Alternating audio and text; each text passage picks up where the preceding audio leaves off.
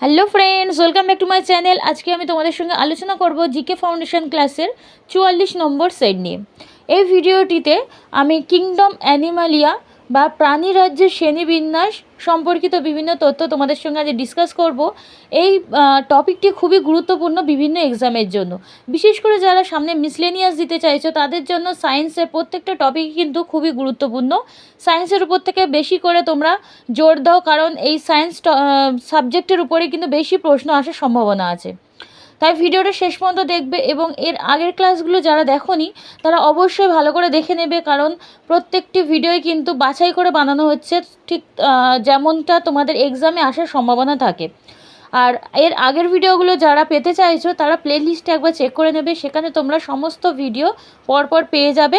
এবং যারা চাইছো যে তোমরা স্পেশাল ব্যাচে জয়েন করতে চাও তারা অবশ্যই তোমরা টেলিগ্রাম চ্যানেলে জয়েন করবে, করে সেখান থেকে তোমরা জানতে পারবে যে কীভাবে তোমরা জয়েন করতে পারবে। সেখানে তোমরা বিভিন্ন টপিকের উপরে আমি শর্ট করে নোটস তোমাদের জন্য স্পেশালভাবে বানিয়েছি, সেইগুলো তোমরা পেয়ে যাবে। এবং ডাব্লিউবিপি, কেপি, ক্লার্কশিপ, মিসলেনিয়াস প্রত্যেকটা পরীক্ষার জন্য আলাদা আলাদা করে ব্যাচ করানো হচ্ছে, সেখানে তোমরা জয়েন করে জেনে নেবে। এবং প্র্যাকটিস সেট আমি সেখানে প্রোভাইড করব একদম সিলেবাস অনুযায়ী। বাকি যে 42টা ভিডিও তোমরা পেয়ে যেতে পারো, প্লেলিস্টটা একবার চেক করে নেবে। তাহলে শুরু করছি আজকের বিশেষ গুরুত্বপূর্ণ ভিডিওটি।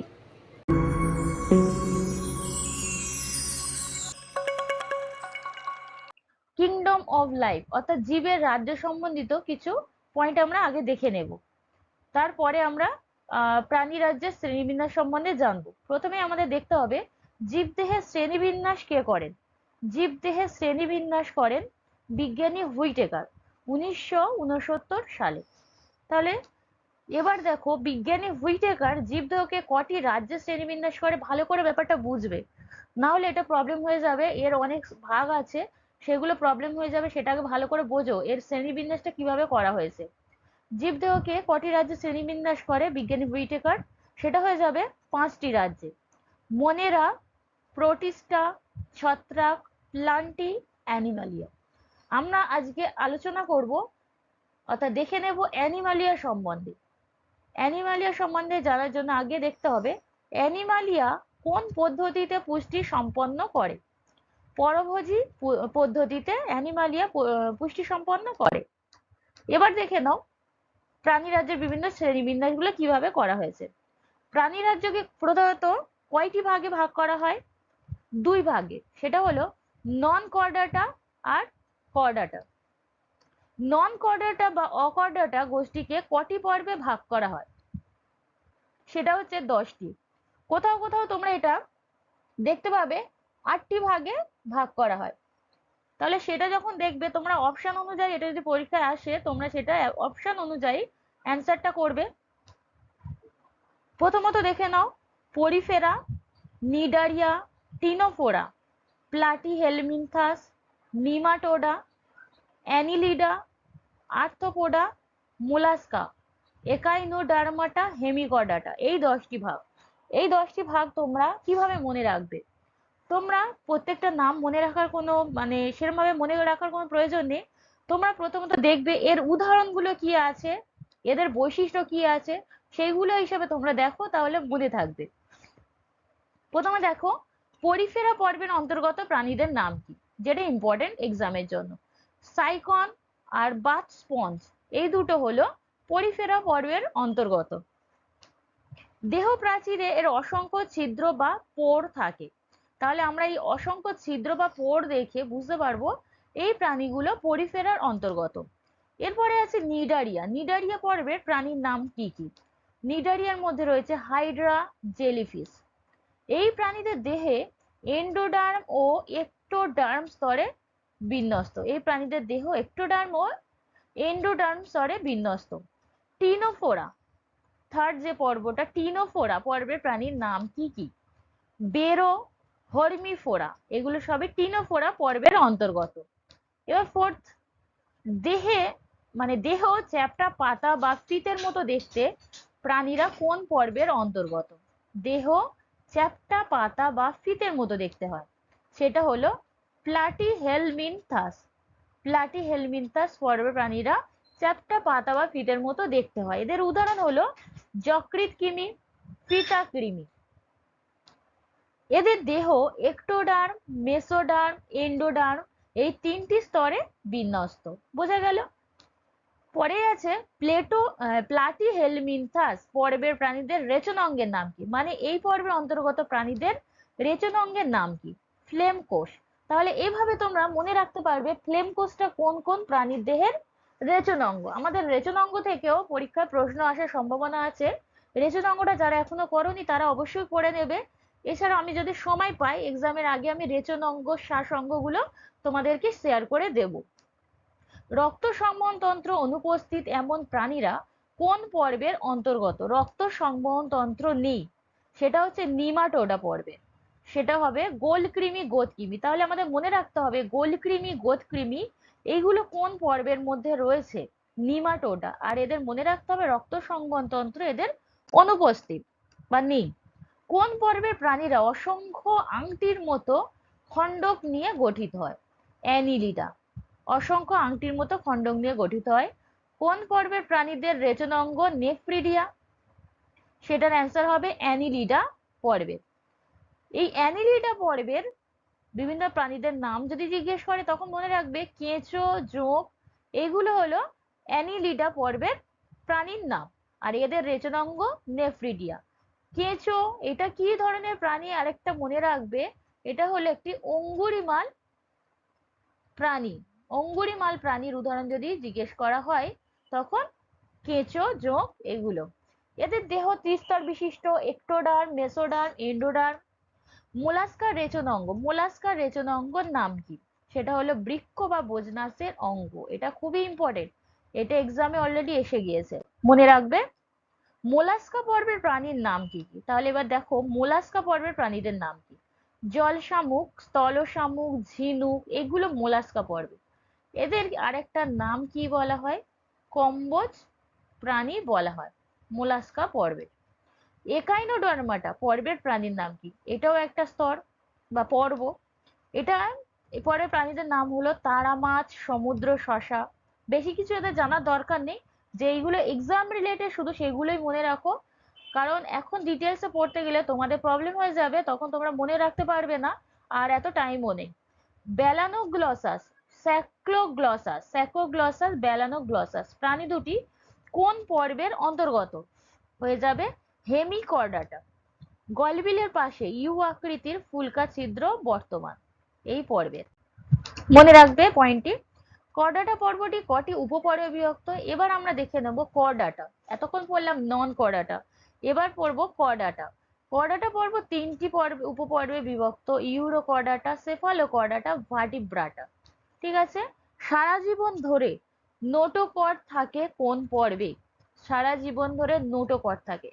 এতক্ষণ যেটা পড়লাম নন কর্ডাটা, নন কর্ডাটার দেহে কিন্তু নোটোকর্ড অনুপস্থিত, তাই একে বলা হয় নন কর্ডাটা। নোটোকর্ড থাকে না তাই। এটা নোটোকর্ড থাকে কর্ডাটা পর্বে। রুই মাছ ও সোনা ব্যাঙ কোন পর্বের অন্তর্গত প্রাণী? রুই মাছ, সোনা ব্যাঙ এই দুটি কর্ডাটা পর্বের অন্তর্গত, অর্থাৎ এদের দেহ নোটোকর্ড থাকে। নোটোকর্ড লার্ভার লেজে আছে এমন কর্ডাটার উপপর্বটির নাম কি? সেটা হয়ে যাবে ইউরো কর্ডাটা। কর্ডাটা পর্বটির যে একটি ভাগ পেলাম ইউরো কর্ডা। এবার নেক্সট দেখে নেব ইউরো কর্ডাটা পর্বের প্রাণীদের উদাহরণ। অ্যাসিডিয়া, স্যালপা এগুলো ইউরো কর্ডাটা পর্বের প্রাণী। কর্ডাটার কোন পর্বের প্রাণীর দেহে নোটোকর্ড পৃষ্ঠদেশে তুণ্ড থেকে লেজের শেষ ভাগ পর্যন্ত বিস্তৃত? কর্ডাটার পর্বের বলেছে, এটার অ্যান্সার হয়ে যাবে সেফালো কর্ডাটা। অ্যাম্ফিঅক্সাস অ্যাসিমেট্রন প্রাণীদের রেচন অঙ্গের নাম কি? অ্যাম্ফিঅক্সাস, এটার অ্যান্সার হয়ে যাবে নেফ্রিডিয়া।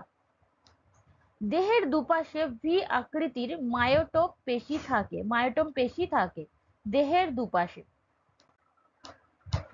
কোন পর্বের প্রাণীদের দেহে মেরুদণ্ড আছে? কোন পর্বের প্রাণীদের দেহে? সেটা হলো কর্ডাটার লাস্ট যে পর্বটা রয়েছে ভার্টিব্রাটা বা ক্রেনিয়েটা, এদের দেহে মেরুদণ্ড রয়েছে। এদের সংবহন তন্ত্র বদ্ধ প্রকৃতির হয়। এদের উদাহরণ হলো কাতলা মাছ, গিরগিটি এগুলো সবই ভার্টিব্রাটার অন্তর্গত। এই পর্বে দুটি অধিশ্রেণী রয়েছে, সেটা হলো অ্যাগনাথা, ন্যাথোস্টোমাটা। Agnatha, Gnathostomata. ভার্টিব্রাটার কোন শ্রেণীর প্রাণীর মুখে চোয়াল থাকে না? এবার দেখো ভার্টিব্রাটার আবার দুটো শ্রেণী যেটা পেলাম, অ্যাগনাথা আর ন্যাথোস্টোমাটা, তাদের মধ্যে কোন শ্রেণীর প্রাণীর মুখে চোয়াল থাকে না? সেটা হয়ে যাবে অ্যাগনাথা। আর এদের উদাহরণ হলো ল্যাম্প্রে, হ্যাগফিশ।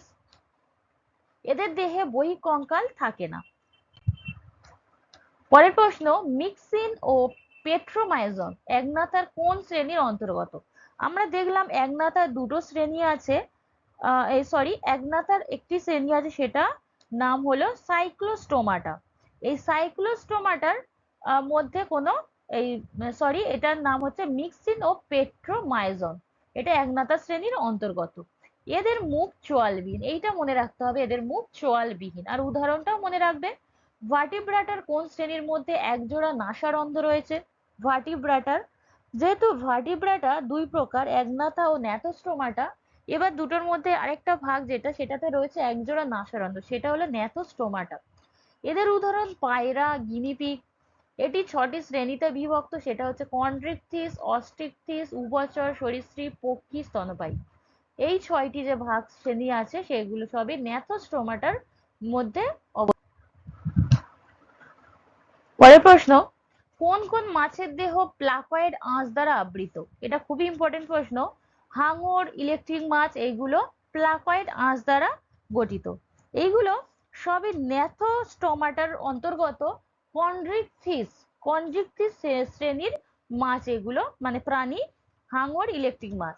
রুই মাছের দেহ কি প্রকৃতির আঁশ দ্বারা আবৃত? রুই মাছের দেহ সাইক্লয়েড, টিনয়েড বা গ্যানয়েড জাতীয় প্রকৃতির আঁশ দ্বারা আবৃত। এছাড়াও রুই মাছ ছাড়াও রয়েছে মৃগেল মাছ, এগুলো সবই অস্টিকথিস শ্রেণীর অন্তর্গত। কোন প্রাণীদের চর্মসিক্ত নগ্ন প্রকৃতি? এটা প্রত্যেকেই জানি, সেটা হচ্ছে উভচর প্রাণীদের। কুনো ব্যাং, সোনা ব্যাং। এরা হচ্ছে শৈশবকালে জলে থাকে এবং বয়ঃসন্ধিতে এরা থাকে, বড় হলে সোনা ব্যাং এরা স্থলে বাস করে, তাই এদেরকে বলা হয় উভচর প্রাণী। এদের 10 জোড়া করটীয় স্নায়ু উপস্থিত রয়েছে। পরের প্রশ্ন, গোখরো সাপ, টিকটিকি প্রভৃতি প্রাণীরা কোন শ্রেণীর অন্তর্গত? গোখরো সাপ সেটা সরীসৃপ। বন্ধুরা, এর পরের প্রশ্নে যাওয়ার আগে বলে রাখি, যদি তোমাদের ভিডিওটা ভালো লেগে থাকে তবে অবশ্যই শেয়ার করে দেবে, এবং চ্যানেলে নতুন হয়ে থাকলে তোমরা সাবস্ক্রাইব করে রাখবে, যাতে পরের ভিডিওটা তোমরা নোটিফিকেশনটি পেয়ে যেতে পারো, প্লাস তোমাদের সামনে ভিডিওটা আসতে পারে, এবং যাতে করে আমি ভিডিওটাকে একটু গ্রো করতে পারি এবং সবার কাছে আমার এই যে ক্ষুদ্র প্রচেষ্টা সেটা যেন সবার কাছে আমি পৌঁছে দিতে পারি। পরের প্রশ্ন দেখে নাও, এদের দেহত্বক শুষ্ক ও এপিডার্মাল আঁশ দ্বারা আচ্ছাদিত থাকে। কোন শ্রেণীর প্রাণীদের দেহ পালক দ্বারা আবৃত? সেটা হলো পক্ষী। এদের অগ্রপদ ডানায় ও চোয়াল চঞ্চুতে রূপান্তরিত হয়। এদের স্টারনাম কিল অস্থিতে রূপান্তরিত হয়। তাহলে এদের যে বৈশিষ্ট্যগুলো দেখে নিলে, এগুলো এক্সামে আসে, তোমাদের এক্সামে এগুলো জিজ্ঞেস করা হয়। এটার উদাহরণ হলো পায়রা, ময়ূর। তাহলে পক্ষী শ্রেণীদের মধ্যে রয়েছে এগুলো। কোন শ্রেণীর প্রাণীদের দেহ লোম দ্বারা আবৃত থাকে? সেটা হলো স্তন্যপায়ী প্রাণী। গিনিপিগ, বাঘ, এগুলো সবই স্তন্যপায়ী প্রাণী। হায়ারার্কিয়াল শ্রেণীবিন্যাস পদ্ধতি কে প্রবর্তন করেন? তিনি হলেন ক্যারোলাস লিনিয়াস 1758 সালে। এর 7টি ধাপ আছে, সেটা হলো রাজ্য, পর্ব, শ্রেণী, বর্গ, গোত্র, গণ, প্রজাতি। আমরা আজকে রাজ্যের একটি পর্বের ব্যাখ্যা যে করলাম, আলোচনা করলাম। রাজ্যের আরো অনেক যে পর্বগুলো রয়েছে, যে 5টা আমি বলেছি, তাদের মধ্যে 4টে এখনো বাকি আছে, সেটা আজকে শর্টে একটু উদাহরণের মাধ্যমে বলে দেব। পরবর্তীকালে আমি সেটা ব্যাখ্যা করে তোমাদের সামনে নিয়ে আসবো ভিডিওটি। সর্বপ্রথম জীবের দ্বিপদ নামকরণ প্রবর্তন কে করেন? Carolus Linnaeus. মটর গাছের বিজ্ঞানসম্মত নাম কি? মটর গাছের, দেখো দ্বিপদ যে নামকরণ, সেটারই একটা কথা হচ্ছে বিজ্ঞানসম্মত নাম, দুটো আলাদা কিছুই নয়। পাইসাম স্যাটিভাম, এই পাইসাম হচ্ছে গণ, ঠিক আছে, আর স্যাটিভাম প্রজাতি, এটাই হচ্ছে বিজ্ঞানসম্মত নাম। এছাড়াও আরো অনেক যেসব বিজ্ঞানসম্মত নাম আছে বিভিন্ন উদ্ভিদ, প্রাণী, তাদের সেই নামগুলো আমি তোমাদের সঙ্গে শেয়ার করে দেব। মনেরা রাজ্য, দেখো জীবের বিভিন্ন রাজ্যের মধ্যে একটি তো আলোচনা করে দিয়েছি, বাকিগুলো একটু দেখে নাও। ব্যাকটেরিয়া, মাইকোপ্লাজমা, নীলাভ, সবুজের শৈবাল, এগুলো হচ্ছে মনেরা রাজ্য। প্রোটিস্টা রাজ্য রয়েছে ইউগ্লিনা, অ্যামিবা, প্যারামেসিয়াম। ফানজি রাজ্যের মধ্যে রয়েছে শৈবাল, স্পাইরোগাইরা, মস, পোগোনেটা, ফার্ন, ড্রায়োপটরিস, এগুলো ভালো করে মুখস্থ করে নিয়ে যাবে। অ্যানিমালিয়া রাজ্যে তো পড়ে নিলে পরিফেরা, সাইকন, অঙ্গুরিমাল কেঁচো, সন্ধিপদ প্রাণী চিংড়ি, কম্বোজ শামুক, আর কন্টক তো কি রয়েছে তারা মাছ।